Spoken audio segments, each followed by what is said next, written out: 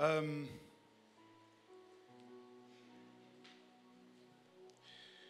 J'ai à cœur de continuer la série que j'ai commencée avec vous il y a peu de temps au sujet du déploiement, du fait de déployer ses ailes. Et la vérité, c'est que j'ai fait une pause de 2 semaines où je ne vous parlais pas, mais Dieu vous a parlé, alléluia, notamment par la prophétesse et par l'évêque prophète Samuel Adé qui nous a entretenus la semaine dernière. Et il y avait un fil conducteur dans toutes ces interventions qui me fait penser que c'est très clairement la suite de ce que j'avais à l'idée concernant notre série. Si vous avez fait attention, nous avons parlé d'un certain nombre de pouvoirs que nous recouvrons lorsque nous déployons nos ailes.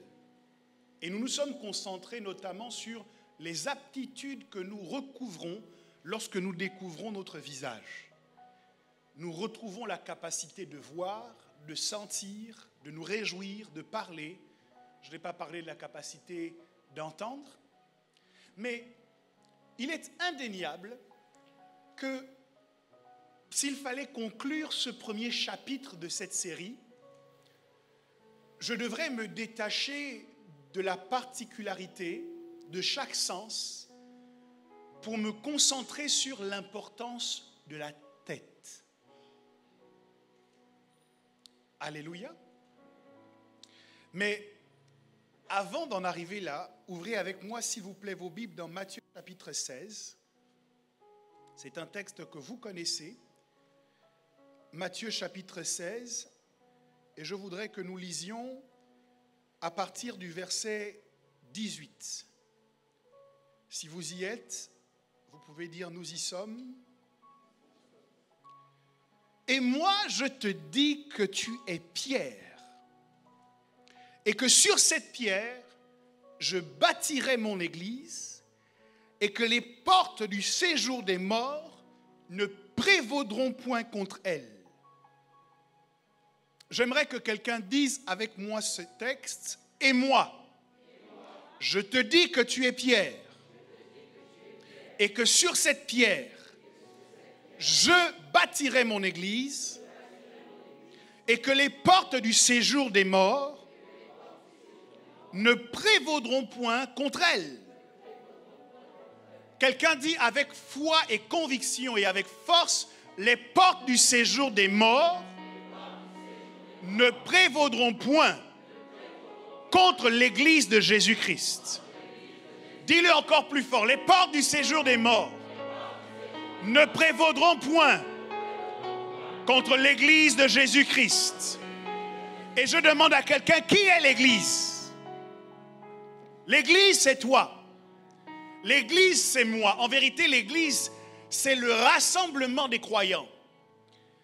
Lorsque Jésus dit « les portes du séjour des morts ne prévaudront point contre l'église », il est en train de dire « les portes du séjour des morts n'auront jamais le dessus sur le rassemblement des croyants ».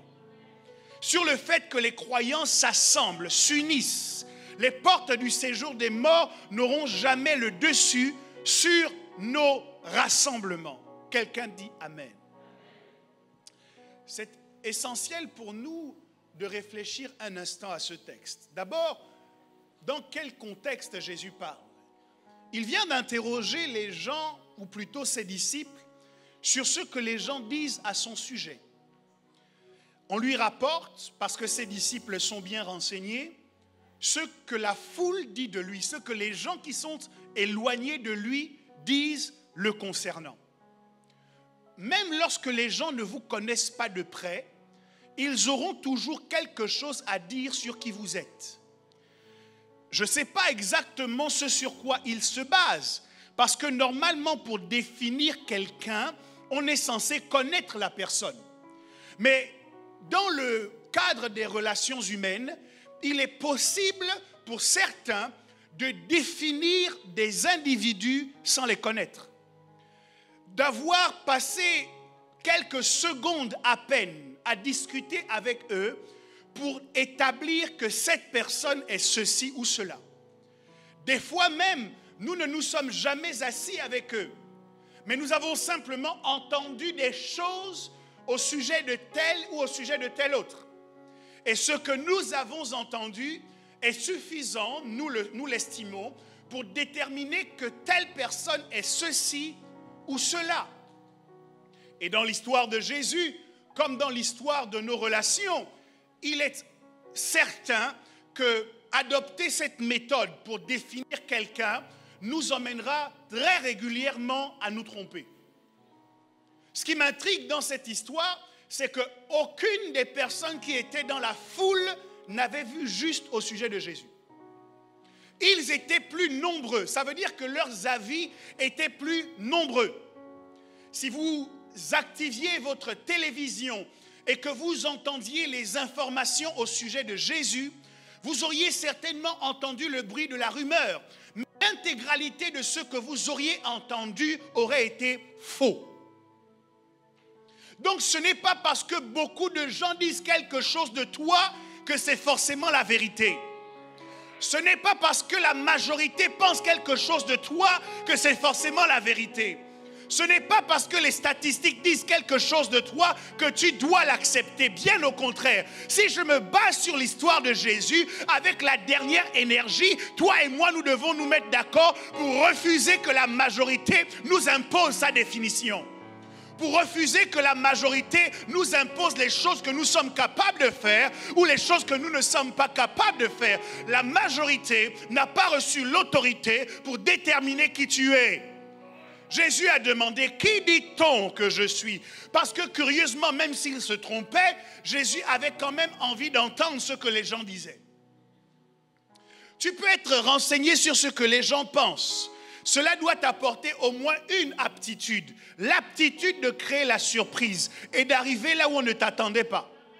Tout le monde pense ceci de toi. Tout le monde pense que tu vas réagir de cette manière. Tout le monde pense que tu vas parler de cette manière. Mais lorsque tu es au courant de ce que les gens pensent, tu es en capacité de les surprendre, de les prendre à revers et de te révéler sous une autre facette de ta personnalité. Qui dit-on que je suis? Certains disent que tu es Élie. D'autres disent que tu es Jean le Baptiste. Et la majorité des personnalités auxquelles on a identifié Jésus, c'était des gens qui étaient morts. Certes, Élie avait accompli des choses extraordinaires, mais Élie n'était plus sur la terre des vivants. Certes, Moïse avait accompli des choses extraordinaires, mais Moïse avait été enterré par Dieu lui-même. Certes, Jean-Baptiste avait fait des choses, des proclamations extraordinaires, mais Jean-Baptiste avait eu la tête coupée. Et lorsqu'on explique à Jésus ce que la foule pense de lui, aucune de ces personnes n'est agissante au moment où il pose la question. Ça veut dire que les gens sont d'accord pour te donner un espace qui concerne toujours le passé. Ils sont capables de te donner une influence qui consiste toujours à te ramener à ton passé. On veut bien que tu aies existé. On veut bien que tu aies fait des choses. Mais ce que j'ai fait ne détermine pas qui je suis, parce que après avoir eu un passé, j'ai également un présent et j'ai également un futur. Est-ce que quelqu'un peut dire je ne me résume pas à mon passé? Est-ce que quelqu'un peut dire j'ai aussi un présent? Est-ce que quelqu'un peut dire j'ai aussi un avenir? Oh, est-ce que tu peux le dire avec foi? Dis j'ai un présent, j'ai un futur et je ne me résume pas à mon passé. Mon influence ne s'arrête pas à ce que j'ai fait par le passé. Parce qu'aujourd'hui est un jour nouveau. Une nouvelle journée pour impacter. Une nouvelle journée pour influencer. Et j'impacterai à la gloire de Jésus-Christ. J'accomplirai des exploits à la gloire de Jésus-Christ. J'accomplirai des prodiges à la gloire de Jésus-Christ. Quelqu'un acclame le Seigneur Jésus très fort ce matin.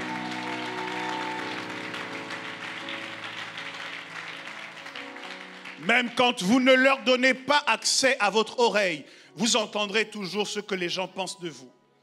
Même quand vous ne vous asseyez pas en interview avec eux, vous entendrez toujours ce qu'ils pensent de vous. Je pense que l'un des signes de la maturité, c'est d'être capable d'entendre ce que les gens pensent de soi sans devenir ce que les gens pensent de soi. Je crois que l'un des signes de maturité, c'est d'être capable de savoir que les gens ne croient pas en soi, mais de continuer à croire en ce que Dieu a mis à l'intérieur de soi.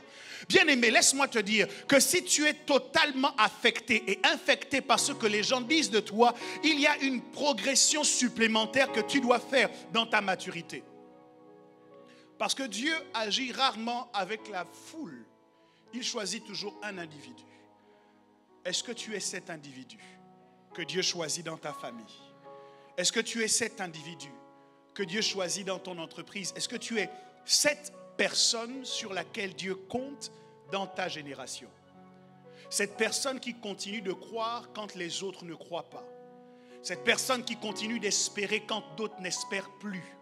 Cette personne qui reste fermement convaincue que quelque chose de puissant va arriver lorsque d'autres ont complètement cessé d'imaginer et de rêver. Cette personne qui sait qu'il est toujours possible de faire une différence dans sa génération, même lorsque les circonstances sont en désaccord avec sa conviction. Est-ce que cette personne est là ce matin? Si Dieu a des gens comme ça, est-ce qu'ils peuvent se manifester? Parce que c'est la preuve que Dieu n'a pas terminé avec notre génération. Dieu n'a pas fini avec la France. S'il y a des gens qui continuent d'espérer pour la France, Dieu n'a pas fini avec l'Europe. S'il y a des gens qui continuent d'aspirer à des choses glorieuses pour l'Europe, il y a des gens qui continuent à dire « j'ai un rêve ». Je crois que Dieu n'a pas dit son dernier mot. Tant que je marche sur la terre des vivants, il est toujours possible que quelque chose se passe. Es-tu cette personne? Qui dit-on que je suis? Et quand Jésus a fini de questionner sur ce que les gens disent à son sujet, Jésus se retourne maintenant autour de ceux qui le connaissent. Et il demande, et vous, qui dites-vous que je suis? Retourne-toi vers ton voisin, il est censé te connaître. Demande-lui, qui dis-tu que je suis? Ok, tourne-toi vers un autre voisin. Dis-lui, qui dis-tu que je suis?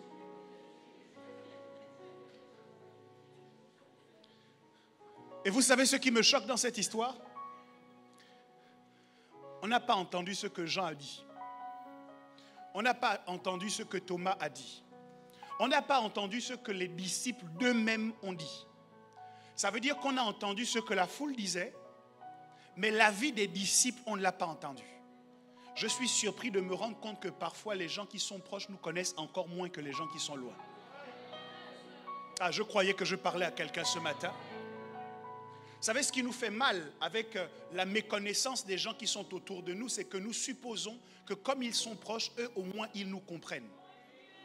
Mais malheureusement, lorsque vous écoutez ce qu'ils peuvent dire de vous, vous vous rendez compte que eux, ils vous connaissent encore moins que ceux qui sont loin. Ça fait mal parce que ça cause du désespoir au-dedans de nous, puisque nous disons à un moment donné, mais à qui est-ce que je peux faire confiance? Sur qui je peux m'appuyer? Qui peut parler de moi? Qui peut prendre ma défense? Qui peut expliquer ce que j'ai voulu dire? Qui? Si ce ne sont les gens qui sont proches de moi. Et j'imagine le désarroi que l'on peut ressentir en tant que leader lorsque les gens qui sont les plus proches de nous pensent l'inverse de ce que nous sommes, disent l'inverse de ce que nous disons. Des fois, ils se réunissent dans les coins, ils disent « l'évêque a dit », mais ce qu'ils sortent de leur bouche n'a rien à voir avec ce que l'évêque a dit. Mais Dieu ne laisse pas ce genre de situation se perpétuer infiniment. Parce qu'à ce moment, il entre dans la conversation de Jésus avec ses disciples. Et il apporte une révélation à Pierre pour que Pierre ne parle pas selon ce qu'il voit, ce qu'il croit, ce qu'il imagine, mais selon la révélation que Dieu lui accorde. J'ai compris, mes amis, que pour réussir dans la vie de l'Église, il faut toujours s'assurer que nous voyons notre leader avec les yeux de la révélation. Ok, je vais dire ça de l'autre côté parce que vous avez l'air de ne pas comprendre. Pour réussir dans vos relations, vous devez apprendre à regarder les autres avec les yeux de la révélation. Les yeux de la révélation, c'est que même lorsque tu as fait mal, je continue à voir ce que Dieu veut faire à travers toi. Allô? Les yeux de la révélation nous les livrent. J'aime bien ce texte qui dit que l'amour couvre une multitude de fautes. Lorsque nous regardons avec les yeux de la révélation, nous ne voyons pas les fautes, nous voyons le potentiel. Lorsque nous regardons avec les yeux de la révélation, nous ne voyons pas l'égoïsme, mais nous voyons la générosité, là où l'égoïsme se manifeste. Lorsque nous voyons avec les yeux de la révélation, là où il y a de la faiblesse, nous voyons de la force. Pierre ouvre la bouche et il dit, tu es le Messie, le Fils du Dieu vivant. Jésus lui dit, ce ne sont pas la chair et le sang qui t'ont révélé ces choses, c'est mon Père qui est dans les cieux. Et à la suite de la révélation de Pierre, Jésus va révéler à Pierre quel sera son destin. Ça veut dire que la révélation de ta destinée est fonction de la révélation que tu as de celui qui te conduit. Lorsque Élie a demandé à Élisée qu'est-ce qu'il voulait, Élisée n'a pas tergiversé. Il a dit, je veux le double de la portion d'esprit qu'il y a sur toi. Ça veut dire que pour savoir ce dont il avait besoin, lui, il fallait qu'il sache précisément ce qu'il y avait sur la tête de son père. Et moi, je te dis que tu es Pierre.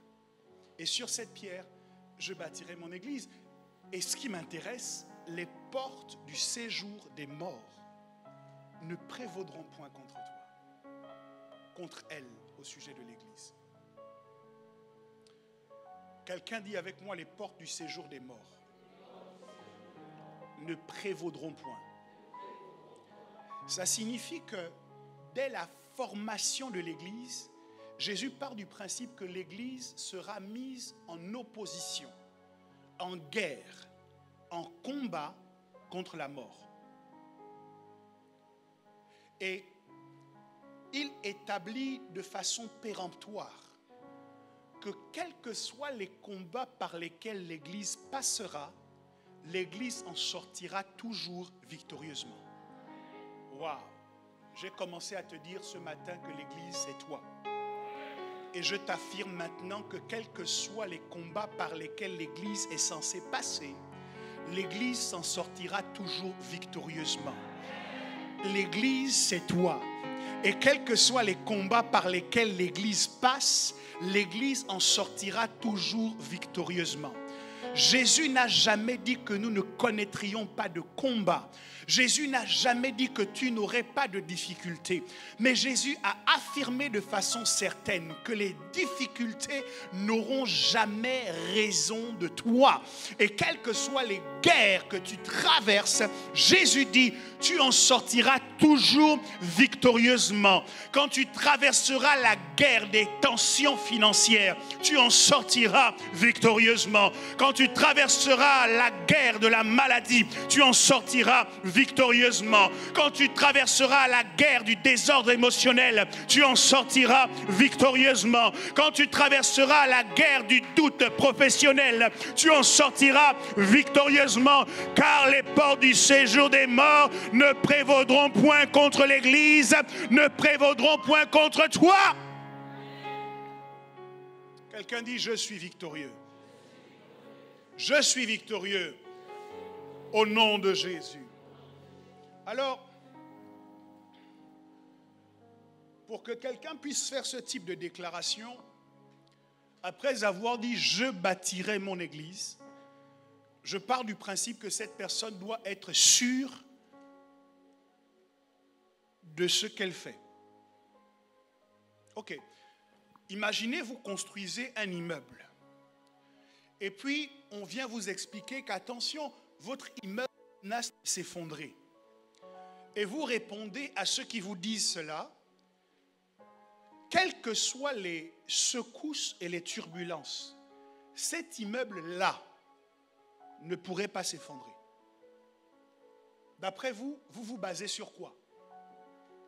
Sur quoi Jésus se base-t-il pour affirmer que même la force la plus terrible de l'enfer ne pourra pas détruire l'Église?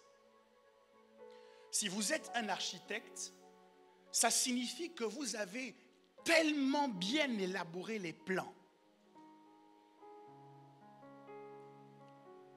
que vous pouvez parler avec assurance et dire il n'y aura pas de catastrophe pour ce bâtiment. Peut-être que d'autres bâtiments peuvent s'effondrer, mais lui, jamais. Si vous êtes un ouvrier, vous avez mis tellement de soin à élever cet édifice que vous êtes certain, peu importe les vents, les tempêtes, les ouragans, que cet édifice va rester debout. Alors, sur quoi Jésus se base-t-il pour dire que les portes du séjour des morts ne prévaudront point? Si je parle de la pensée d'un bâtisseur, je crois que la première raison pour laquelle Jésus dit cela en tant que bâtisseur, c'est le soin qu'il a mis à établir les fondations du bâtiment. Parce que de la même manière que la résistance d'un arbre se trouve dans ses racines, de la même manière la résistance d'un édifice se trouve dans ses fondations. Jésus te dit, les portes du séjour des morts ne prévaudront point contre toi parce que tu as des fondations solides. Alors, quelles sont les fondations qui permettent à Jésus de dire, quels que soient les vents, tu ne tomberas pas? La Bible dit que nous avons été fondés sur l'enseignement des apôtres et des prophètes. Ça veut dire qu'à partir du moment où une église a un fondement apostolique et un fondement prophétique, c'est une église qui tiendra peu importe les vents et les marées. Ce qui donne de la force à ta foi, c'est que ta foi est basée sur Christ et qu'elle s'appuie sur les enseignements apostoliques et prophétiques. L'église doit être apostolique. Quelqu'un dit avec moi, l'église doit être apostolique. La dimension apostolique de l'église, c'est laquelle? C'est qu'elle ne se satisfait jamais d'avoir gagné un seul territoire pour la cause de Christ. Une église apostolique est une église qui est toujours en conquête. Il y a une mentalité que les croyants doivent avoir. Je ne dis pas que tout le monde est apôtre, mais il y a une mentalité apostolique que tout chrétien doit partager. Ça veut dire quoi? Ça veut dire que tu ne dois jamais te contenter de l'espace que tu viens de gagner. L'apostolique doit toujours te pousser à gagner de nouveaux territoires pour la cause de Christ. Est-ce que quelqu'un me comprend? Un chrétien apostolique, c'est quelqu'un qui réussit à gagner un territoire et qui établit le règne de Christ dans un territoire, mais qui réfléchit déjà au prochain territoire qu'il va aller conquérir pour la cause de Christ, parce qu'il ne veut pas que l'Éden se reproduise. L'Éden, c'était une petite zone géographique, mais il comprend que le projet de Dieu, c'est que l'évangile arrive jusqu'aux extrémités de la terre. C'est pour ça que tu n'arrives pas à te satisfaire de ce que tu as maintenant. Parce qu'en toi, il y a une dimension apostolique. La dimension apostolique te pousse à désirer toujours plus. Est-ce que quelqu'un me comprend? La dimension apostolique te pousse à dire, il y a plus, il y a quelque chose de plus grand, il y a quelque chose de plus glorieux. Certes, je me réjouis de ce que j'ai déjà fait, mais je suis convaincu que Dieu a plus en réserve pour moi. Et je ne peux pas donner de repos à ma force et à mon corps tant que je n'ai pas conquis de nouveaux territoires. Le diable n'a qu'à bien se tenir, parce que nous prenons Noisy-le-Grand, mais nous n'avons pas fini. Nous sommes une église apostolique. Il y a d'autres zones géographiques que nous allons prendre encore. Ah, j'entends tes collègues de travail qui peuvent être dérangés en disant elle prend trop de place. Ils n'ont qu'à bien se tenir, parce que tu n'as pas fini de prendre de la place dans ton entreprise. Il y a un vent apostolique qui te pousse à désirer toujours plus. Je comprends pourquoi ton patron te combat, parce que bientôt son poste sera ton poste, parce qu'il y a une dimension apostolique qui te pousse. C'est l'apostolique qui te pousse à faire du mieux que tu peux dans l'endroit où tu es. C'est l'apostolique qui t'emmène à imposer un certain système de valeurs. C'est l'apostolique qui te pousse à organiser des systèmes qui peuvent être maintenus même lorsque tu n'es pas là. L'apôtre Paul n'avait pas vocation à rester au même endroit des années durant. Il arrivait, il implantait, il structurait, mais il y avait une soif dans son cœur d'aller en Bithynie, d'aller en Asie mineure, d'aller en Grèce. La cause de l'évangile était plus importante que son confort. La cause de l'évangile l'emmenait à avoir soif de plus. Est-ce qu'il y a quelqu'un qui a soif de plus en ce lieu? Ah, je n'entends pas. Est-ce qu'il y a quelqu'un qui veut plus de Dieu? Qui veut voir plus d'âmes sauvées, plus d'âmes gagnées? Qui veut conquérir de nouveaux territoires pour la cause de Christ? Nous allons conquérir le système du divertissement. Nous allons conquérir la sphère de l'économie. Nous allons conquérir la sphère politique. Nous allons conquérir le système de l'éducation. Nous allons conquérir. Pour quelle raison? Parce qu'il y a une dimension apostolique. Apostolique. La deuxième fondation. Donc quand Jésus dit, vous pouvez faire ce que vous voulez, cette église-là ne mourra pas. Pour quelle raison? Parce que quand le diable frappe à gauche, tu es déjà à droite. Quand il frappe à droite, tu es déjà devant. Quand il frappe devant, tu es déjà derrière. Il ne sait pas comment te bloquer. Il ne sait pas comment te contraindre parce qu'il fait des vents ses serviteurs, des flammes de feu, ses messagers. Tu es comme un vent. Jésus dit, faites ce que vous voulez. Cette église-là tiendra. La deuxième chose sur laquelle l'église est fondée, c'est le prophétique. Une église doit être prophétique. Quelqu'un dit avec moi, je suis prophétique. Oh, dis plus fort, je suis prophétique. Pourquoi tu es prophétique? Le prophétique, c'est celui qui voit devant. Il voit avant tout le monde. Et il sait ce qu'il faut faire avant que les gens ne sachent pourquoi il faudrait le faire. Si les prophètes ont un problème, c'est que généralement, ils ont tort d'avoir raison trop tôt.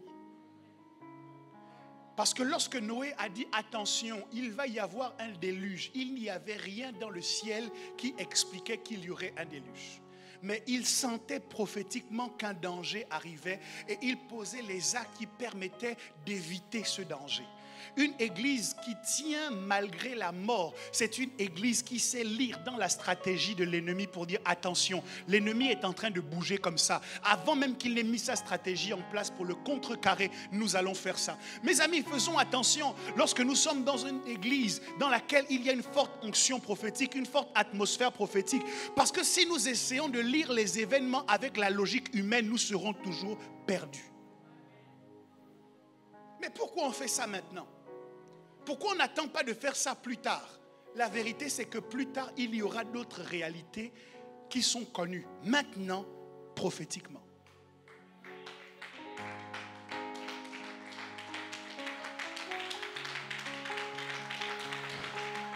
Tu es prophétique lorsqu'avant que les gens ne commencent à identifier certains dangers, toi, tu adoptes déjà le comportement pour contrecarrer ces dangers. Tu es prophétique lorsque ta prière ne concerne pas le présent, mais elle concerne le futur. Tu es prophétique lorsque ta réjouissance ne se base pas sur le présent, mais elle se base sur le futur. La Bible dit qu'alors que l'arche de l'Alliance était en train de rentrer à Jérusalem, David dansait de toutes ses forces devant l'arche de l'Alliance. Il n'a pas attendu que l'arche de l'Alliance arrive à Jérusalem. Il n'a pas attendu qu'elle soit mise dans le temple. Il n'a pas attendu de voir la bénédiction d'Obed-Édom venir sur Jérusalem. Mais avant toutes ces étapes, il commençait déjà à danser. Sa danse était prophétique. Sa danse annonçait que la bénédiction va venir. Je ne vois pas encore la guérison, mais je danse déjà pour ma guérison. Je ne vois pas encore la percée financière, mais je danse déjà pour la percée financière. Je ne vois pas encore le mariage, mais je danse déjà comme si on venait de me faire la demande en mariage. Je n'ai pas encore acheté ma voiture, mais je danse déjà comme quelqu'un qui est au volant d'un gros bolide. Je n'ai pas encore acheté ma maison, mais je danse déjà comme quelqu'un qui vient de recevoir les clés de sa maison. Quelqu'un qui a l'onction prophétique a toujours une raison de se réjouir, a toujours une raison de louer, de bénir le nom de Dieu, parce qu'il manifeste une foi d'avance. Quelqu'un dit avec moi, je suis prophétique. Dis encore plus fort, je suis prophétique. La Bible dit que Jésus est la pierre angulaire, celle qui est devenue la principale de l'angle. Dans les anciennes bâtisses, il y a une pierre que l'on mettait à l'angle et qui supportait la pression de toutes les autres pierres. On l'appelle parfois la clé de voûte. Vous aviez des portes qui étaient faites en empilant les pierres les unes sur les autres en arc, et on mettait une pierre entre elles. Et c'est cette pierre-là qui supportait la pression de toutes les autres. Or, Jésus sait qu'il est la pierre angulaire. Quand il dit les portes du séjour des morts ne prévaudront point, il est en train de dire par là, chaque fois qu'un membre de cette église sera sous pression, il pourra déverser cette pression sur moi parce que je suis la clé de voûte, je suis la pierre angulaire.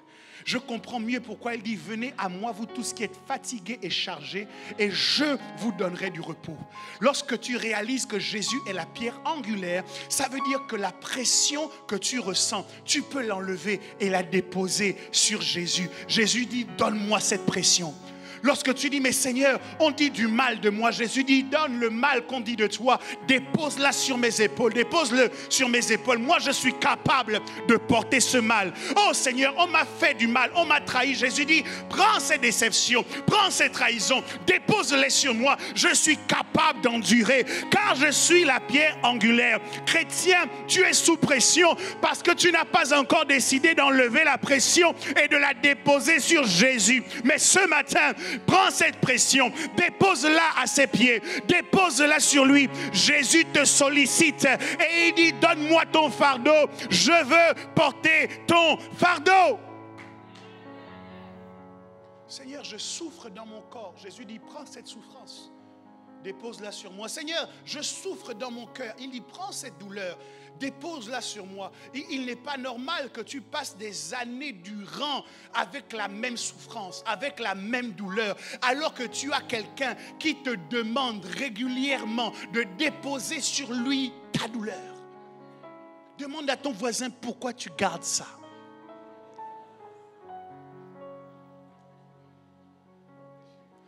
Les années passant, tu es capable toujours de dire, tu m'as fait ci, tu m'as fait ça, on m'a fait ci, on m'a fait ça. Prends, dépose sur Jésus. Alors, si Jésus se basait uniquement sur l'apostolique, le prophétique et sur le fait qu'il est la pierre angulaire, quand vous avez fait les fondations d'une maison et que vous avez pris la pierre principale, la maison n'est pas encore construite. Il manque ce qu'on appelle les pierres vivantes. Vous et moi, nous sommes des pierres vivantes que Jésus orchestre, rassemble et qu'il met ensemble et qu'il pose les unes sur les autres afin que l'édifice commence à monter. Donc, quand Jésus dit les portes du séjour des morts ne prévaudront point contre elles, il comptait sur les apôtres, il comptait sur les prophètes, mais il comptait aussi sur toi. Il savait qu'avec ces gens-là que je vais mettre dans mon église, la mort n'a qu'à bien se tenir. Parce qu'à Providence, il y a des gens qui prient. Parce qu'à Providence, il y a des gens qui ne s'avoueront jamais vaincus. Parce qu'à Providence, il y en a qui n'abandonneront jamais. Dès que les temps deviendront ombrageux, ils commenceront rabachatayanderebosa. Dès que le diable va commencer à se manifester, ils sortent la mitraillette de l'intercession. La mitraillette, est-ce qu'il y a des intercesseurs dans cette maison? Est-ce qu'il y a des intercesseurs dans cette maison? Ça ne se passera pas comme ça. Diable, tu n'auras pas raison de nous. Tu n'auras pas raison de notre santé. Tu n'auras pas raison de nos finances. Tu n'auras pas raison de nos projets. Nous sommes là et nous prions et nous maintenons le le feu allumé, parce que le feu sur notre autel brûlera à jamais et ne s'éteindra point. Jésus pensait à toi. Il pensait à toi pour maintenir la mort à distance.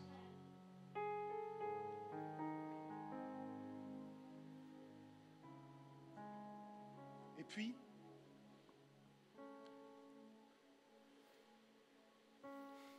il a donné à cette église, pour la protéger, 5 ministères. Et il a donné les uns comme apôtres, prophètes, pasteurs, évangélistes, docteurs, pour le perfectionnement des saints en vue de l'œuvre du ministère. Quand vous réfléchissez un peu à cela, comment peut-on détruire un bâtiment qui se perfectionne au fur et à mesure que le temps passe? Lorsque vous avez essayé de fissurer une pierre, elle est dans un processus de perfectionnement. Donc elle s'améliore, plus les jours passent, plus le temps passe, plus elle devient solide, plus elle devient inattaquable, plus elle devient inarrêtable. L'édifice que Jésus construit en construisant l'église est un édifice surnaturel que le diable ne peut pas briser. Alors, l'apôtre qui liste cette question dit: tous sont-ils pasteurs? Tous sont-ils apôtres? Tous sont-ils évangélistes? Tous sont-ils docteurs? Non. Mais Dieu, par son esprit, choisit d'utiliser chacun comme bon lui semble. Et c'est là que je dois faire le lien avec la clôture du premier chapitre de ma série où je vous parle de la tête. Voici qu'il est doux, qu'il est agréable pour des frères de demeurer unis ensemble. C'est comme l'huile la meilleure qui répandue sur la tête. Je crois que la tête est effectivement l'endroit d'où nous voyons. C'est l'endroit d'où nous sentons, c'est l'endroit d'où nous parlons. Mais la tête est avant tout la piste d'atterrissage de l'onction. Quand Jésus dit « L'Esprit du Seigneur est sur moi parce qu'il m'a conféré l'onction », l'huile d'onction coule d'abord sur la tête. Donc lorsque nous disons que nous devons déployer nos ailes, c'est que nous devons également recouvrer notre capacité de fonctionner chacun sur la base de son onction. Dis à ton voisin, tu as une onction.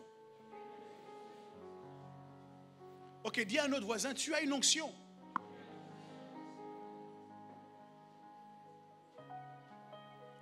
Dis toi-même, j'ai une onction. Pour éviter de rester trop mystérieux, l'onction c'est quoi? L'onction, c'est une puissance ou c'est une capacité que Dieu vous donne pour accomplir une mission.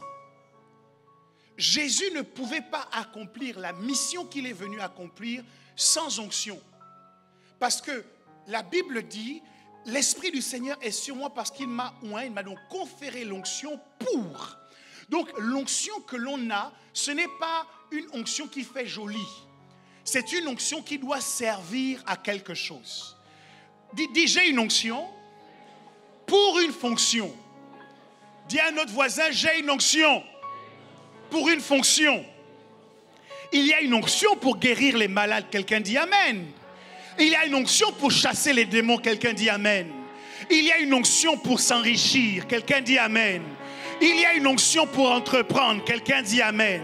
Il y a une onction pour faire la modération. Il y a une onction pour intercéder. Il y a une onction pour chanter. Il y a une onction pour prier. Il y a une onction pour adorer. Il y a une onction pour prêcher. Il y a une onction pour toute fonction dans l'église. La Bible dit si quelqu'un préside ou sert, qu'il serve avec la force que Dieu communique. C'est l'une des raisons pour lesquelles beaucoup d'entre nous, nous pouvons éprouver de la fatigue. c'est lorsque nous essayons de faire l'œuvre de Dieu avec notre force. La Bible dit, attention, ne te trompe pas.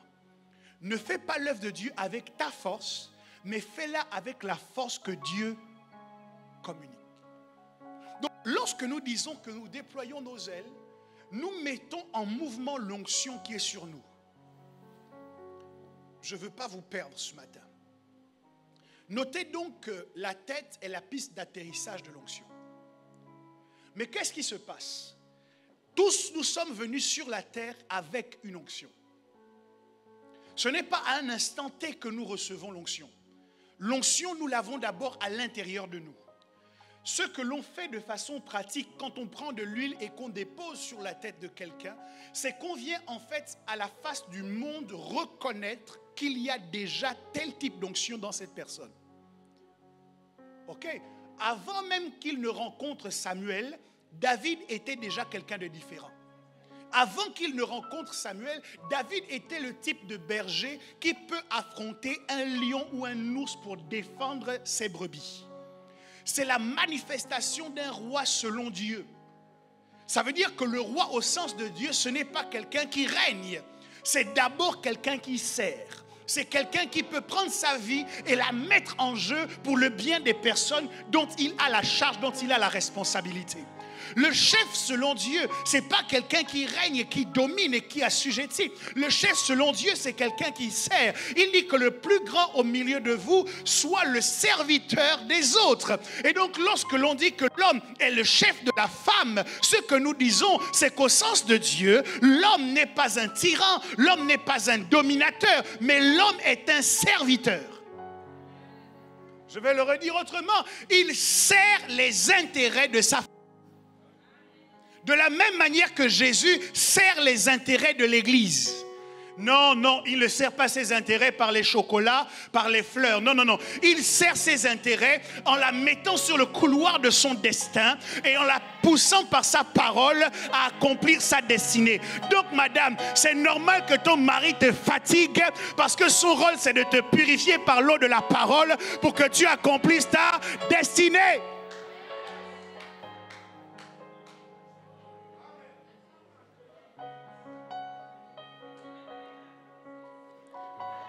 Quelqu'un a dit, s'il ne connaît pas la parole, j'ai envie de te dire, tu es allé là-bas pourquoi?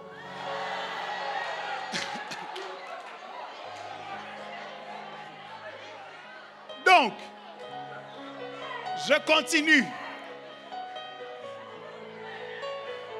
Si vous comprenez bien ce que je suis en train de dire, chacun de nous, nous avons une onction et nous l'avons depuis le sein de notre mère.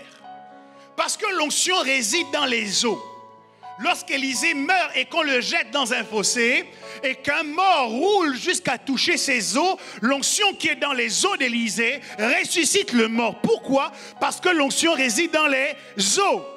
C'est pour ça qu'Adam peut dire d'Ève, voici celle qui est os de mes os et chair de ma chair. Il voit d'abord en Ève l'onction qui est dans Ève. Voilà celle qui partage le même type d'onction que ce que moi je partage. Il y a des mariages qui sont en combat parce que les onctions se combattent, parce que les gens se sont mis ensemble en regardant la chair, mais pas en regardant l'onction.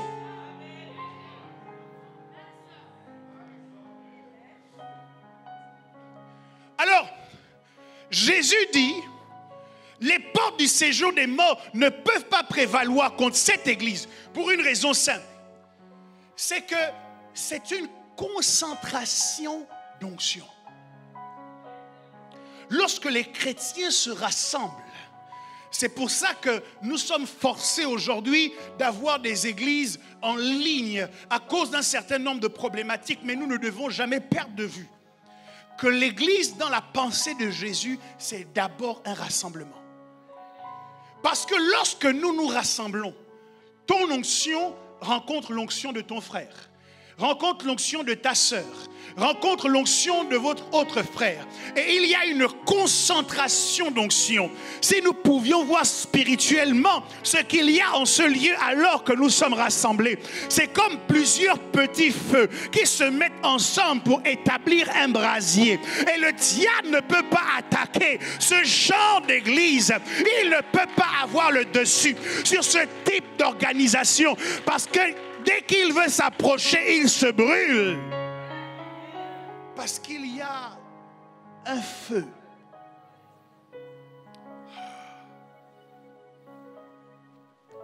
Seulement, l'onction ne fonctionne pas bien avec la chair. L'onction fonctionne, l'onction est comme un parfum qui attire des esprits. Les gens qui font la divination et l'astrologie, ils ont ce qu'on appelle l'onction. Et je vais vous surprendre, c'est la même onction qu'il y a chez les prophètes. Exactement la même. Ils sont nés avec. D'ailleurs, lorsque vous êtes prophète, vous n'avez pas attendu d'être chrétien pour commencer à voir des choses. Depuis votre plus jeune âge, vous commencez à faire des songes, à avoir des visions, des choses surnaturelles vous apparaissent. Pourquoi? Parce qu'il y a une onction qui agit en vous. Et vous ne pouvez pas gérer cette onction humainement parlant avec la chair. Il y a des esprits qui hument la surface de la terre pour savoir où est-ce qu'ils vont trouver l'onction. Et donc ces gens ont une onction, l'onction prophétique. Simplement, elle est utilisée par des esprits impurs. Les esprits de divination vont sur cette personne, dans cette personne, et vont utiliser son onction pour dire des choses qui arrivent. Et lorsque nous devenons chrétiens, ce qui se passe, c'est que ces esprits méchants sont obligés de nous quitter. Et c'est le Saint-Esprit qui vient dans notre vie et désormais c'est lui qui utilise l'onction. C'est pour ça que Jésus dit, l'Esprit du Seigneur est sur moi pour une raison, parce qu'il m'a oint. C'est parce que j'ai l'onction que ça attire l'Esprit du Seigneur sur moi. Je parle d'onction. Est-ce que quelqu'un me comprend?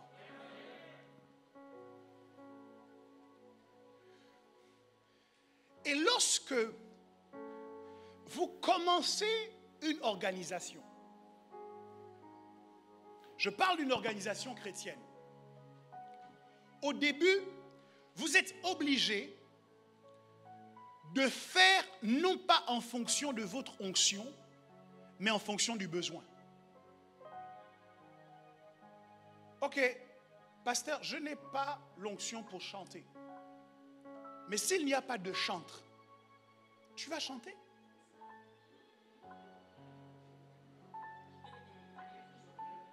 Est-ce que quelqu'un peut me dire un bon amen? Pourquoi? Parce que dans le cadre de la formation d'un bâtiment, vous avez des ouvriers qui sont obligés parfois de travailler sur différents secteurs. Tu as un type d'ouvrier, quand il arrive sur ton chantier, toi-même tu as peur.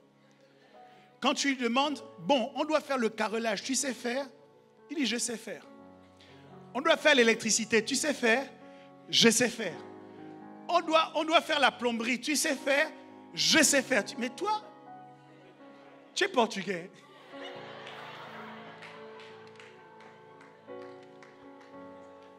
Il y a des ouvriers, il y a un type d'ouvrier qui est capable de tout faire. Mais ils ne sont pas experts dans tout. C'est ce qu'on appelle les apôtres. Lorsqu'un apôtre arrive dans un endroit, il faut évangéliser, il évangélise.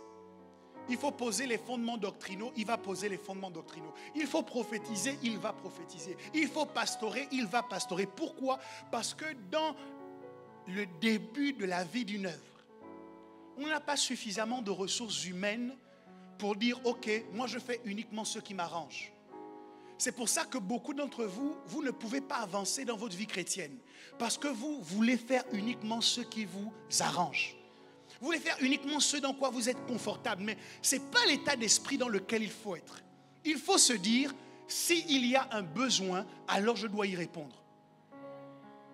Dis à ton voisin, réponds aux besoins. Parce que tu es un provider. Alléluia. Et puis, même s'ils sont capables de tout faire, ils ne sont pas experts dans tout. Il y a des murs que vous voulez démolir, il va dire ça dépasse mes compétences. Il a besoin de quelqu'un dont c'est le travail de calculer la charge et dire bon, là on peut faire, là on ne peut pas faire. Ça, on rentre maintenant dans ce qu'on appelle les spécialités. Et lorsque l'Église grandit suffisamment, à un moment donné, Dieu envoie les différentes onctions dont l'Église a besoin pour accomplir pleinement sa mission. Et à ce moment, celui qui a l'onction apostolique n'est plus obligé de faire en même temps la louange, n'est plus obligé de faire en même temps la modération. Pourquoi? Parce qu'il y a des gens qui ont l'onction pour le faire. Ce qui tue un certain nombre de leaders, c'est la volonté de continuer à tout faire, alors même que Dieu envoie des ouvriers qui sont censés prendre la relève, qui sont censés faire ce qu'ils faisaient avant. Quelqu'un me donne un bon amen. Je suis en train de te parler d'une église qui résiste même face à la mort. C'est une église qui est bâtie sur les principes de Christ, ces principes de construction que je suis en train de vous révéler. Si vous prenez cet exemple et que vous construisez votre propre vie de la sorte, de la même manière que l'Église est pérenne, de la même manière vos succès vont durer dans le temps. Pourquoi? Vous ne serez pas celui qui dans la maison fait tout. À un moment donné, Dieu vous envoie des enfants. Et vous devez éduquer vos enfants pour que vos enfants soient aussi en capacité de prendre la relève sur un certain nombre de choses. Mon gars, tu viens à table, tu manges, tu te lèves, tu repars dans ta chambre. C'est ton père et ta mère qui doivent défaire la table, qui doivent faire la vaisselle après t'avoir donné à manger. Que Dieu te délivre de cette folie. Oh non, je veux qu'il profite de son enfance. Profiter de son enfance, c'est apprendre ça. Apprends-lui à débarrasser, apprends-lui à faire la vaisselle, apprends-lui à faire le ménage, apprends-lui à balayer. Tu l'éduques bien en lui apprenant toutes ces choses. Et s'il y a des pré-ados ou des adolescents qui sont là, qui n'ont jamais appris ça, repartez à l'apprentissage. Ça va vous rattraper quand vous allez vous installer seul pour faire vos études. Maman ne sera plus là pour faire à manger. Ça risque d'être le kebab tous les soirs. Mais ça aussi, ça ruine. Embête ta mère à la cuisine, dis-lui, maman, apprends-moi à faire à manger. Parce qu'il y a un jour, c'est pour ça qu'il y a des hommes, dès qu'ils quittent la maison de leurs parents, la seule chose à laquelle ils pensent, c'est « je dois me marier ». Mais ce n'est pas pour les bonnes raisons. Il dit « j'ai faim, il me faut me marier, la maison est sale, il me faut me marier ». Mais non, tu n'as pas épousé une cuisinière, tu n'as pas épousé une dame de ménage, apprends à faire ton ménage.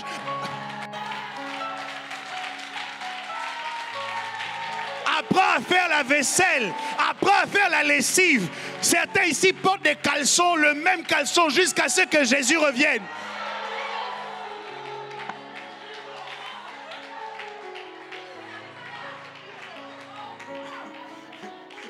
L'élastique du caleçon dit « I surrender all ». C'est-à-dire qu'il a abandonné sa fonction. Donc que Dieu te vienne en aide. Apprends à arranger toi-même. Quand tu sauras faire toutes ces choses et que tu vas épouser la fille de quelqu'un, tu vas réussir quand même à lui donner des coups de main de temps en temps.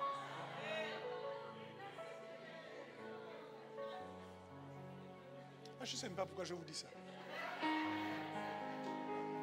Donc, tu as des gens que Dieu va envoyer et qui viennent pour être formés et être en capacité ensuite de prendre la relève. Tu lances ton entreprise, il n'est pas normal qu'après 10 ans, ce soit toujours toi qui dois tout faire. Tu dois réussir à coopter des gens, à les former pour qu'ils commencent à faire des choses que toi, tu peux ne plus faire pour t'occuper d'autres choses. Jésus a fait ça. Il a pris les disciples. 3 ans après, il a dit, c'est bon, moi je peux partir. C'est-à-dire que ce que Jésus a fait,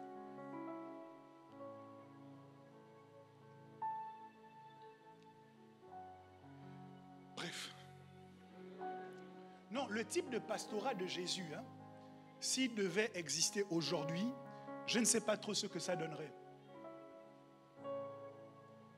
Jésus disait aux gens, race de vipères. Vous ici, si on vous dit tu m'énerves, tu as quitté l'église? Est-ce que tu n'as pas quitté l'église?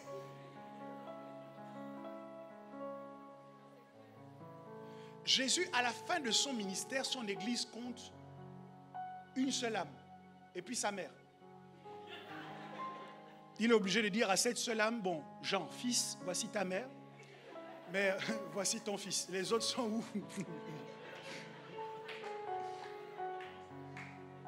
Jésus est capable de dire, si vous ne mangez pas ma chair, vous ne buvez pas mon sang, vous n'avez pas de part avec moi. Les gens partent et Jésus n'explique pas. Il ne fait pas le live pour dire, non, attendez, vous m'avez mal compris, c'est pas ça que je voulais dire. Il dit, il se retourne vers les seuls qui restent. Il dit, vous faites quoi encore là? Ça, c'est le type de ministère de Jésus. Tu comprends qu'au bout de 3 ans, il fallait vite qu'il parte. Ça commençait à le saouler. Il a dit, bon, les gars, je vous ai formé 3 ans durant, maintenant vous aussi faites. Parce que votre histoire là...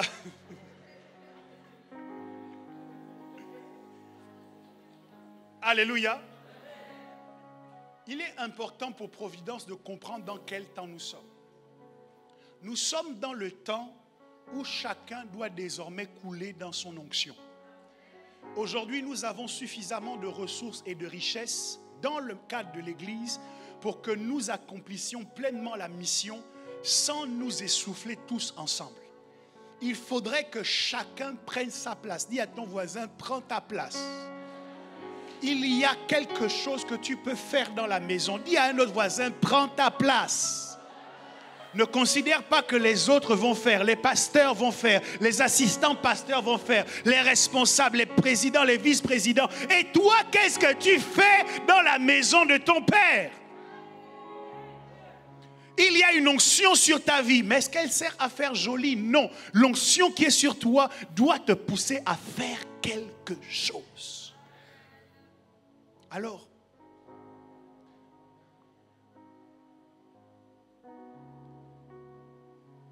quand j'ai compris cela, j'ai estimé que désormais, je devais vous pousser à faire sortir ce qu'il y a à l'intérieur de chacun de vous. Et on a vu la semaine dernière avec tous évangélistes, certaines personnes qui sont devenues des prédicateurs. Oh, Jesus. C'est-à-dire des réponses taillées sur mesure. C'est-à-dire quand j'écoute ça, je dis, on peut faire ça. J'ai vu des gens qui font des visuels, des gens qui font des vidéos. Eh Dieu, l'église est riche. Acclame le Seigneur pour ton église.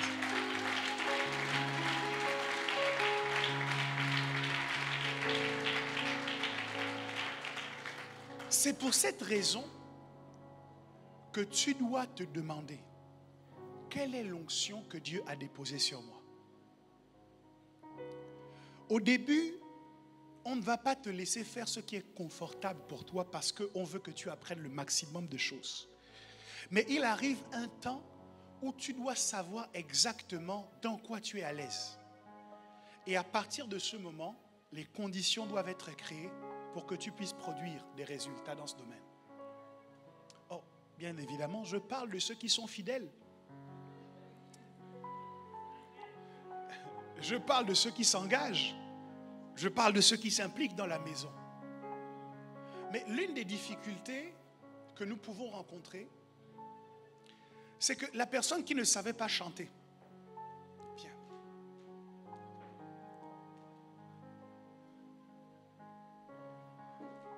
Ça fait combien de temps que tu me connais? Ça fait une dizaine d'années que l'AP Alix me connaît. Est-ce que tu peux leur dire ce que tu as fait comme activité dans l'église? J'ai fait l'accueil, j'ai fait chantre, j'ai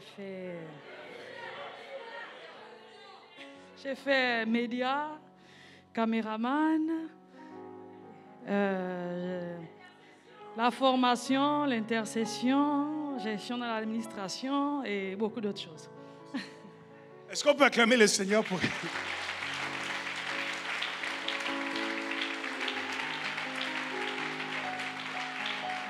Est-ce que quelqu'un comprend où je veux en venir? Je sais que tu as une onction. Je sais qu'il y a des choses dans lesquelles tu es à l'aise. Mais avant d'en arriver à faire ce dans quoi tu es à l'aise, tu dois faire ce dont on a besoin. Et c'est de l'obéissance que de dire, mon Père, je ne sais pas faire, mais sur ta parole, je jetterai le filet. Je ne suis pas à l'aise dedans, mais je vais faire parce que tu as dit que je dois faire. Et une fois que tu t'es engagé et investi à faire des choses dans lesquelles tu n'es pas à l'aise, au fur et à mesure, tu commences à développer tes capacités et on découvre dans quoi tu es à l'aise. Est-ce que vous me suivez? Pendant longtemps dans cette église, le pastorat, c'est moi qui le faisais. Et puis, j'ai dit également à mon épouse, désormais, il faut que tu travailles dans le pastorat.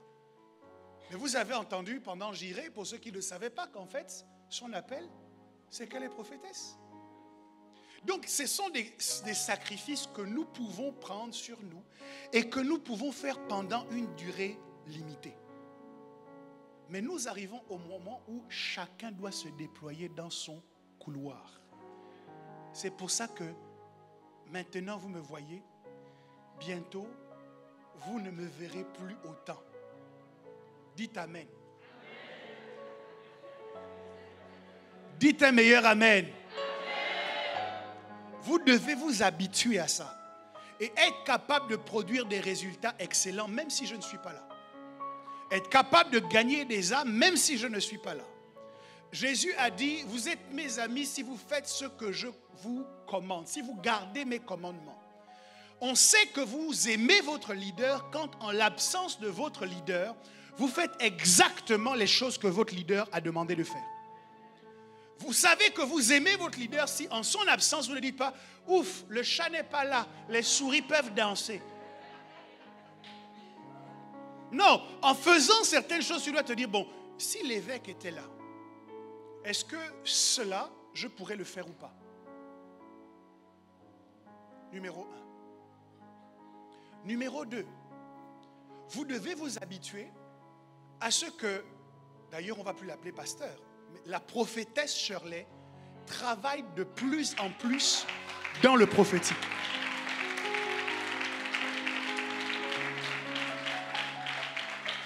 Pour une raison simple, vous pouvez difficilement faire le pastorat et le prophétique en même temps. J'en sais quelque chose. Je ne suis pas prophète, mais j'ai quelques touches prophétiques.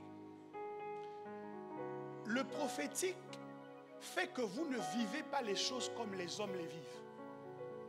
Parce que vous avez une connexion directe avec le cœur de Dieu. Vous pouvez être emmené à agir émotionnellement, mais ce n'est pas vous qui agissez, c'est Dieu qui vous fait ressentir certaines de ces émotions. Ça veut dire que le pastorat qui demande la largesse, qui fait qu'on accepte tout, on comprend tout, ainsi de suite, le prophétique, c'est très délicat. Pourquoi? Parce que le prophétique est intransigeant avec les choses que Dieu réclame. Et donc, vous ne pouvez pas demander un prophète qui soit en même temps pasteur. Quelqu'un me donne un bon amen. Vous ne pouvez pas demander un apôtre qui soit là en permanence. Quelqu'un me donne un bon amen. Je croyais que vous étiez avec moi. Vous devez comprendre que la saison dans laquelle nous entrons est la saison du déploiement. Et que chacun doit désormais couler dans son onction. C'est pour cette raison que les activités pastorales, nous sommes en train de former les pasteurs pour qu'ils soient de plus en plus en capacité de les prendre. Et c'est pour cette raison aussi que je vous ai dit, chacun doit se battre pour gagner des âmes. Parce que ça ne doit pas être la responsabilité uniquement de l'apôtre, uniquement de la prophétesse. Ça doit être la responsabilité de chaque chrétien. Quand Jésus regarde la configuration d'une église dans laquelle les différents ministères peuvent fonctionner, il dit, cette église-là, les portes du séjour des morts ne peuvent pas prévaloir contre elle. Il se base sur la solidité de la structure. Il faut que tu prennes ta place dans le cadre de ce que Dieu est en train de bâtir. Tous ne sont pas apôtres. Tous ne sont pas prophètes. Tous ne sont certes pas évangélistes. Tous ne sont pas docteurs. Tous ne sont pas pasteurs. Mais si tu identifies un couloir dans lequel tu réussis à agir avec excellence, avec efficacité, il est temps, alors que nous disons que nous nous déployons, il est temps que tu coules de toutes tes forces dans ce couloir. Si nous le faisons, je vous garantis que nous allons voir des résultats encore plus extraordinaires que ceux que nous avons accomplis jusqu'ici. Pourquoi? Parce que c'est l'heure de la spécialisation. Dis à ton voisin, spécialise-toi. Ok, tourne-toi vers un autre voisin, dis-lui, spécialise-toi. À partir du moment où nous devenons chacun des spécialistes dans son couloir, oh, le diable n'a qu'à bien se tenir. Parce que lorsqu'il veut attaquer d'un côté, il y a un apôtre qui est là. Lorsqu'il veut attaquer, il y a le prophétique qui gère. Lorsqu'il veut attaquer, il y a le pastorat qui gère. Lorsqu'il veut attaquer, les 5 ministères commencent à se déployer. Parce que la tête est la piste d'atterrissage de l'onction. Réalise que tu as une onction. Réalise que le Saint-Esprit veut travailler à travers ton onction dans le cadre de l'Église et même au-delà. Et engage-toi dans la mission que Dieu t'affecte. Alléluia. Je vais finir avec ceci.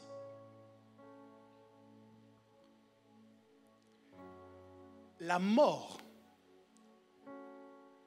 c'est la dégénérescence de nos cellules jusqu'à ce qu'elles s'arrêtent de fonctionner. Quand Jésus dit que la mort ne prévaudra point contre l'Église, ça veut dire qu'il n'y aura pas de dégénérescence pour une raison simple.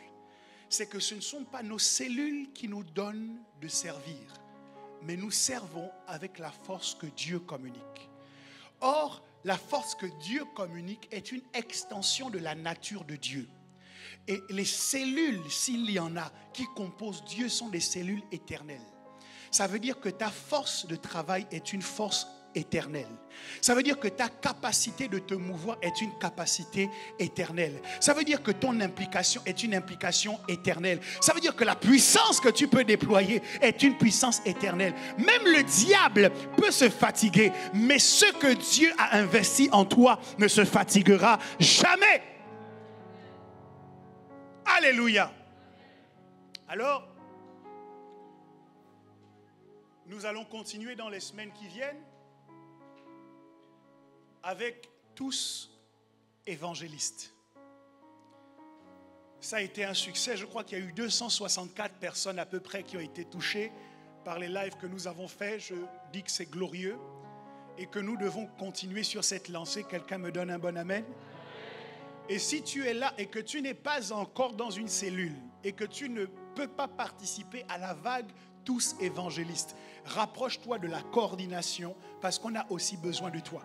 On a besoin de ta voix, on a besoin de tes idées, on a besoin de ton travail et tu as besoin d'être dans le corps. Quelqu'un me donne un bon amen. Nous allons donc continuer sur cette lancée, mais je vous engage à donner du travail aux différents pasteurs et assistants pasteurs ici. Faites-les souffrir, comme vous nous avez fait souffrir. Fatiguez-les, appelez-les à 2h, 3h du matin. J'espère que vous ne fermez pas vos téléphones. Bien. Appelez-les. Pardon, j'ai mal à l'ongle. Faites ça. Faites ça. Allô, pasteur, pardon, les cheveux commencent à me faire mal. Il faut le faire. Ça fait partie de leur formation. Alléluia. Les AP et les pasteurs disent un bon amen. J'entends pas votre amen. Si vous les appelez que leurs téléphones sont fermés, faites un rapport à l'évêque. On va régler ça. Mais donnez-leur du travail. Remplissez leurs agendas. de rendez-vous, quand ils ont fini le travail à 19h, qu'ils viennent à l'église et gardez-les en entretien jusqu'à 23h. Tu sais le type d'entretien où tu arrives, tu commences d'abord à raconter ta conversion.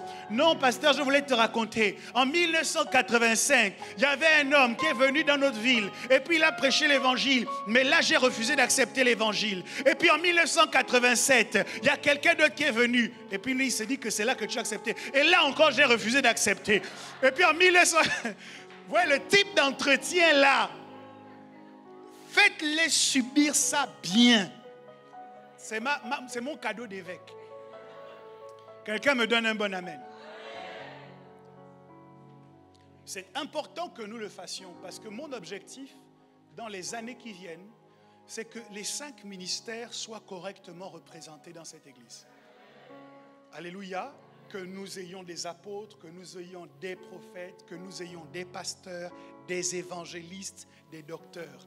Et tant que vous ne savez pas encore dans quel couloir vous pouvez couler, ou si vous avez, peut-être que vous n'avez pas un des 5 ministères, mais vous avez au moins une onction que vous devez mettre en mouvement et qui va permettre de déterminer dans quoi vous êtes efficace. Et à partir de ce moment, vous allez nous donner à nous tous un peu de repos, parce que chacun fera son travail.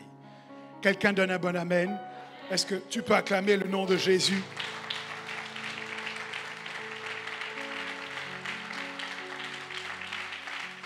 C'est ce type d'église qui ne mourra jamais. Le diable peut faire ce qu'il veut, mais lorsque l'un est fatigué, l'autre prend la relève. Lorsque l'autre est fatigué, il y a un autre qui se lève. Ce type d'église ne meurt jamais. L'église qui est construite uniquement sur un seul individu est une église en danger. C'est pour ça que j'ai dit, désormais, tous nos regards sur Jésus. C'est lui le modèle par excellence. C'est lui le modèle parfait. Alors nous allons tous nous appuyer sur lui. Si vous appuyez sur moi, ça ne va pas aller. Parce qu'à un moment donné, moi, je serai fatigué. Ça peut m'arriver aussi ou bien? Il y a des gens qui n'ont pas l'air d'accord. Donc c'est quoi? Vous pouvez être fatigué, pas moi? Non, moi, j'ai pris des nouvelles résolutions cette année. Cette année, moi, j'ai décidé que c'est moi maintenant qui vais prendre exemple sur beaucoup de vous. Voilà, vous allez être mon modèle. Mes résolutions sont simples. Tu ne me dis pas bonjour, je ne te dis pas bonjour. Tu ne me calcules pas, je ne te calcule pas. Tu me mets un vu, je te mets un vu. Tu ne m'appelles pas, je ne t'appelle pas. Ça vous choque que je dise ça? Mais vous faites ça tous les jours. Tu me traces, je te trace. Tu me critiques, je te critique. Tu racontes des choses sur moi, je raconte des choses sur toi. Vous voyez, comment je dis ça, ça vous gêne. Donc ne faites plus. Dites amen. Que le Seigneur vous bénisse.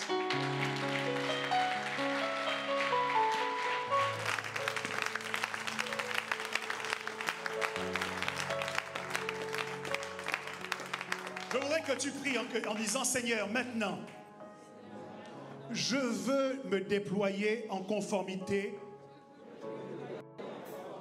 avec l'onction que tu as déposée sur ma tête. Dis encore, Seigneur, dans le nom de Jésus, je refuse de me laisser limiter par les choses que j'ai faites dans le passé. Mais aujourd'hui, je rentre dans le couloir que tu as ouvert pour moi. Et je cours dans ce couloir. Et je proclame au nom de Jésus que rien ni personne ne pourra me stopper parce que je cours avec la force que tu communiques. Je prie avec la force que tu communiques. J'adore avec la force que tu communiques. J'agis, je sers avec la force que tu communiques. Seigneur, que l'onction que tu as déposée sur moi ressuscite maintenant les rêves, les visions, les songes, les aspirations, les espoirs qui étaient morts au-dedans de moi. Comme l'onction d'Élisée a ramené à la vie un homme qui était mort. Que mon onction ramène à la vie mon désir de te servir, mon désir de me déployer, mon désir de faire un impact dans le nom de Jésus-Christ. Élève ta voix dans ce sens et prie quelques instants. Active l'onction qui est sur ta vie.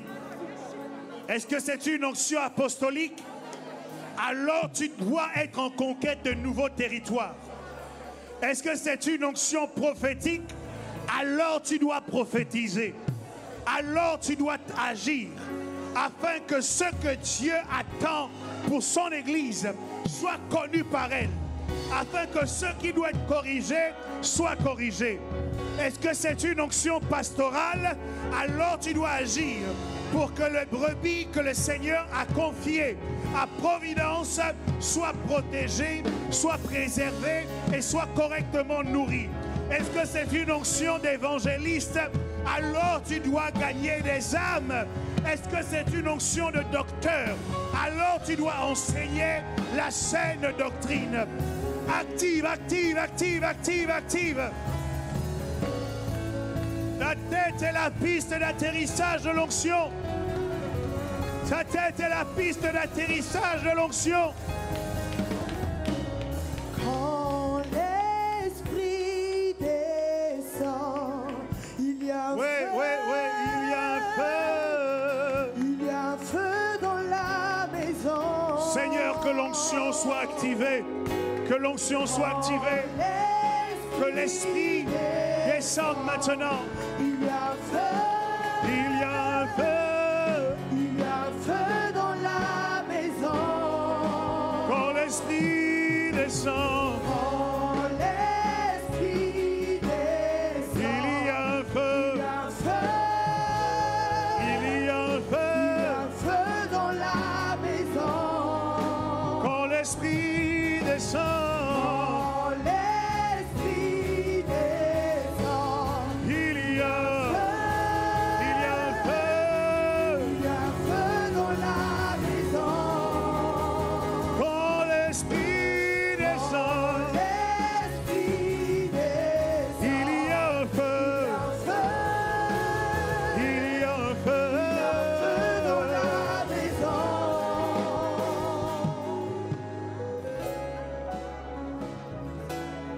J'ai à cœur que nous prions quelques instants.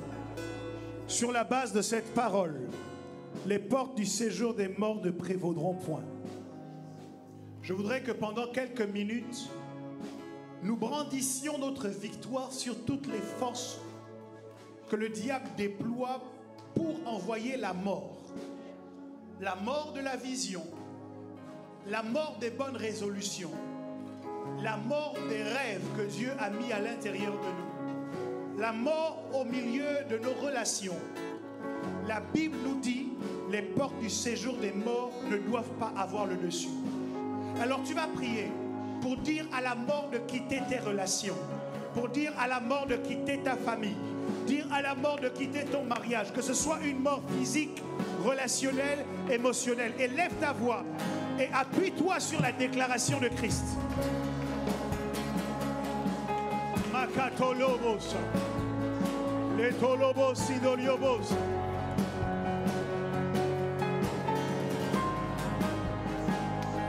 Je suis le temple. Je suis le temple. Je suis le temple.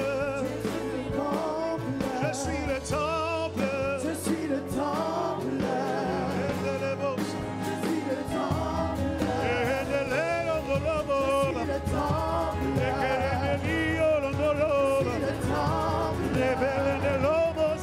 suis le temple. La mort ne peut pas prévaloir contre le temple.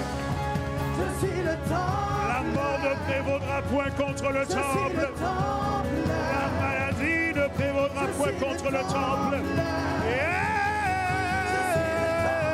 Je suis le temple. Et je suis le temple. Je suis le temple.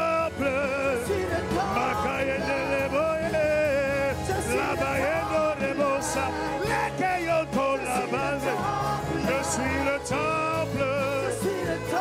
Je suis le temple.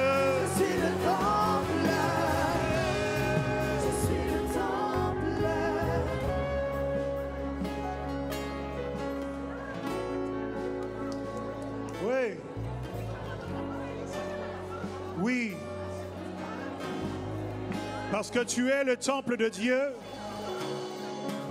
la mort ne peut pas prévaloir. Parce que tu es le temple de Dieu, la maladie ne peut pas prévaloir. Je menace maintenant toute forme de maladie. Si tu sens une quelconque douleur, pose ta main là où tu as mal. Et pendant que je suis en train de prier, cette douleur ou ce mal te quitte au nom de Jésus. Tu es le temple. L'Esprit de Jésus est à l'intérieur de toi. Alors la maladie n'a pas le droit de citer à l'intérieur de ton corps. Elle est menacée maintenant. Elle est chassée maintenant. Maladie, je te chasse. Maladie, je te chasse au nom de Jésus. Douleur, je te chasse au nom de Jésus. Que la guérison divine prenne place maintenant. Le miracle de la guérison, le miracle de la guérison, le miracle de la guérison arrive. Maintenant. Oui, par ces meurtrissures, tu reçois la guérison. Par ces meurtrissures, tu reçois la guérison. Tu reçois la guérison. Reçois-la, reçois-la, reçois-la. Douleur abdominale, je vous chasse au nom de Jésus. Car elle est le temple. Le temple, le temple. Disons, je suis le temple. Je suis le temple. Guérison divine. Je suis le temple. Guérison divine. Je suis le temple. Guérison divine. Je suis le temple. Guérison divine. Je suis le temple. Dans le nom de Jésus. Je suis le temple. Je suis le temple. Tu vas prendre ton voisin de gauche et de droite par la main. Et nous allons revendiquer notre victoire dans nos relations contre toute forme de mort. Il y a une mort qui s'infiltre au milieu des êtres humains pour tuer leurs relations entre eux. Mais Jésus nous a fait la promesse que les portes du séjour des morts ne prévaudront point. Alors tu vas prier pour la restauration de toutes les relations mortes qui ne sont pas mortes selon la volonté de Dieu. Pour toutes les relations mortes que le diable a tuées au milieu de nous. Est-ce que des voix peuvent commencer à s'élever afin que l'Église manifeste son autorité, sa domination et sa victoire? Vas-y, vas-y, vas-y, vas-y.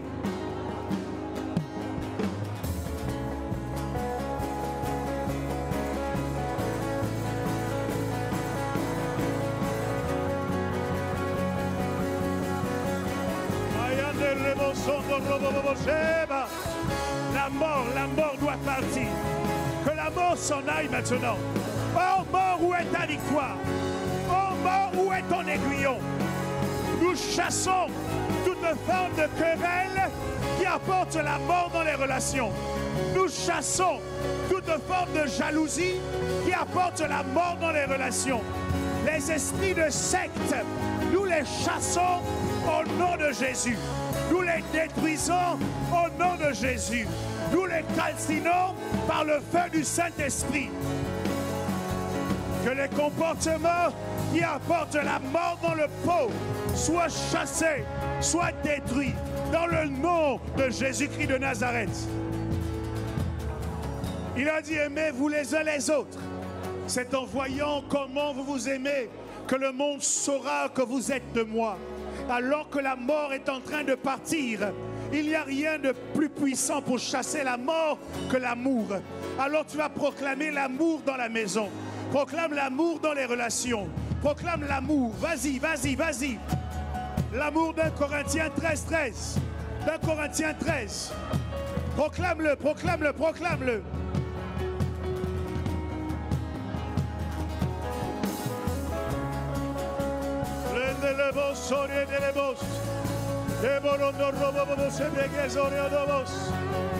Ah, Shaddai, Shaddai. Relâche ton amour agapé. Relâche, relâche ton amour agapé. Alors que nous te célébrons, Jésus, alors que nous te fêtons, Jésus, que les regards en chien de faïence disparaissent, que la méfiance disparaisse. Ah, Dieu, étends ta main et que l'amour dont tu as le secret soit notre partage ce matin. Donne-nous de nous aimer comme toi tu nous as aimés. Tu nous as aimés le premier. Alors nous demandons que tu agisses, que tu agisses, que tu agisses, afin que cet amour se manifeste davantage.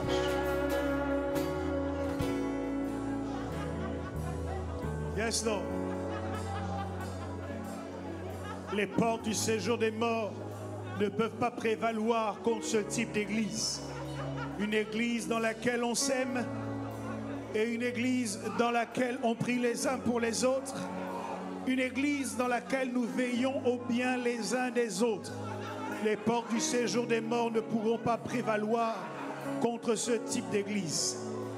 Oh, alléluia, alléluia. Le dernier sujet de prière que j'ai à cœur, c'est que nous prions pour Providence. Nous allons prier pour la pérennité de cette vision.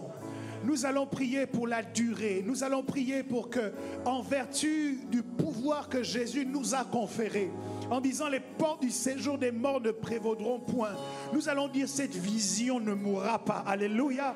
Nous allons dire le diable n'aura pas raison de cette vision. Quelles que soient ses attaques, quelles que soient ses manigances, il n'aura pas raison. Est-ce qu'un provider peut se lever maintenant et passer sur la brèche? Commence à prier, commence à prier.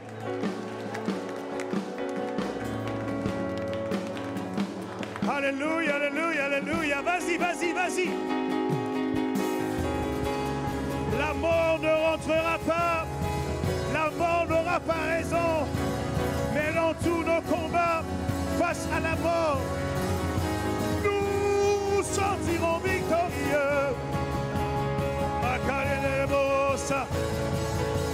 Je suis victorieux. Je suis victorieux. Je suis victorieux, je suis victorieux, je suis victorieux, je suis, oh, je suis, nous sommes victorieux, nous sommes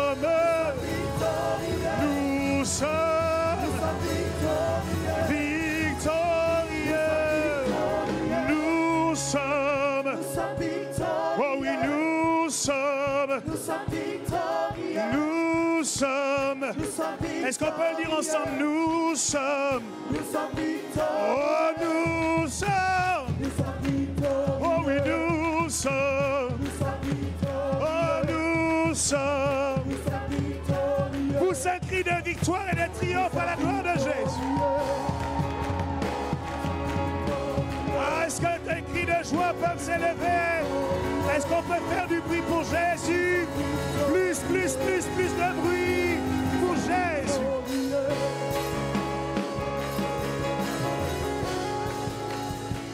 Alléluia. Quelqu'un crie victoire. Dis-le encore plus fort, victoire. Contre toute action de la mort, dis victoire. Contre toute stratégie du diable, dis victoire. Dis, il n'aura pas raison de moi. Il n'aura pas raison de mon engagement. Il n'aura pas raison de ma foi. Parce que je suis. Nous sommes. Est-ce qu'on peut acclamer encore très fort le nom de Jésus? Alléluia.